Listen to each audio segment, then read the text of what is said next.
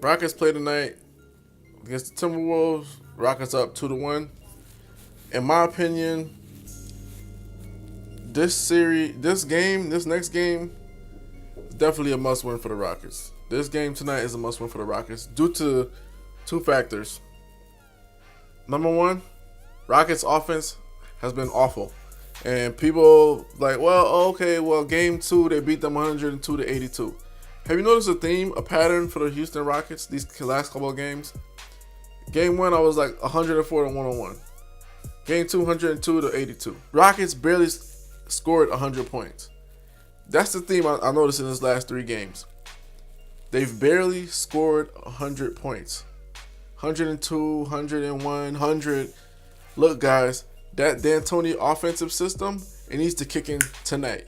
They need to get that confidence and say, look, man, we can play a faster game against these guys, and we're going to blow them out tonight. They have to. If they fail to close out these guys in this game, and it's ended up 2-2 going back to Houston, it's a lot of pressure on them, especially James Harden. This is my second reason why they have to win. James Harden. James Harden has the reputation of folding. And when you have a reputation of folding in high pressure, high leverage situations, high pressure situations, and you don't deliver, when there's more pressure on you to deliver, you're going to do things that's out of character, which is, i.e., turning over the basketball, not shooting well. If you notice the last 2 games, Harden really hasn't been shooting well. And then Chris Paul, if you look at Chris Paul, he's been like looking at Harden like, come on, man, come on, let's go. But it's that psychological pressure. It's that psychological pressure of, look, man, last year I folded against the San Antonio Spurs, and then a couple years before that first round, I get eliminated by Dame Lillard off a jumper or whatever the case is.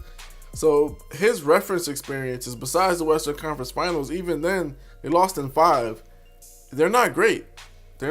So he has to make new experiences with his memories, with the way that he's approaching the game.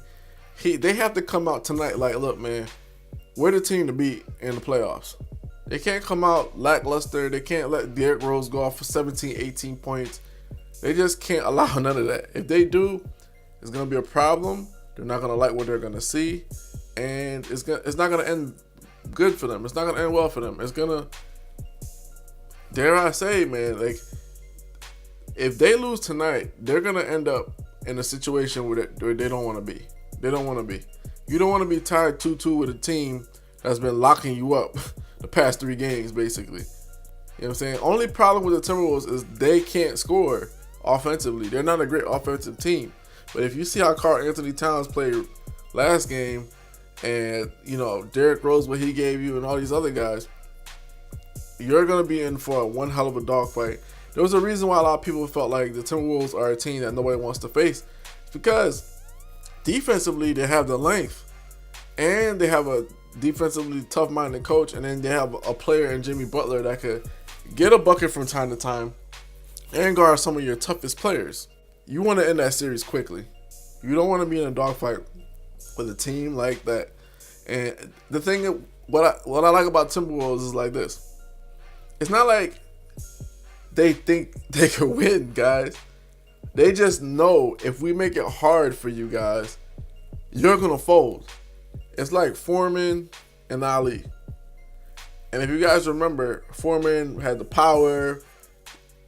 He was doing his thing, beasting or whatever the case is. All Ali did was the rope-a-dope, let him tire himself out, and then finally got the big blow on him. And what the Timberwolves are saying, the way that they're playing basketball is saying, we're going to tire you out with tough shots. We're going to tire you out with out-rebounding you. We're going to tire you out by doing all the little things. We're going to let you fall into love with keep shooting threes. We're just going to rope-a-dope you. And then when it comes time for that haymaker, we're going to give it to you. And if they win tonight, that's the example that I give it to you, because now you're seeing that, okay, this is a real series. We got to take these guys seriously. We have to change some of the things that we've been doing, or we could possibly lose the series. And Houston is the more talented team, but that doesn't mean anything if you're not employing the right strategies to win games. And I feel like with the pressure on top of James Harden, his reputation he's gained, even though he's going to be MVP, he has a poor reputation in terms of high leverage moments. This series is gonna say a little bit about the Houston Rockets, but it's gonna say a lot more about James Harden, because he can't continue to play lackluster games and feel like, it's gonna be all straight or whatever the case is. Game 2 he had 40 or something like that, 44. That's cool, but we're gonna need a lot more moments like that than what we've been recently seeing, because you can't afford to go 2-2 with these guys, especially with your crew. This is D'Antoni's team.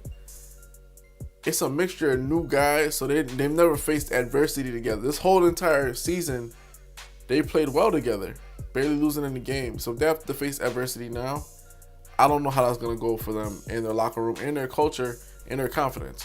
So tonight, they have to win, and they have to win big. Can't be like a small win. They have to win big so they could cut all the doubt out of their own minds.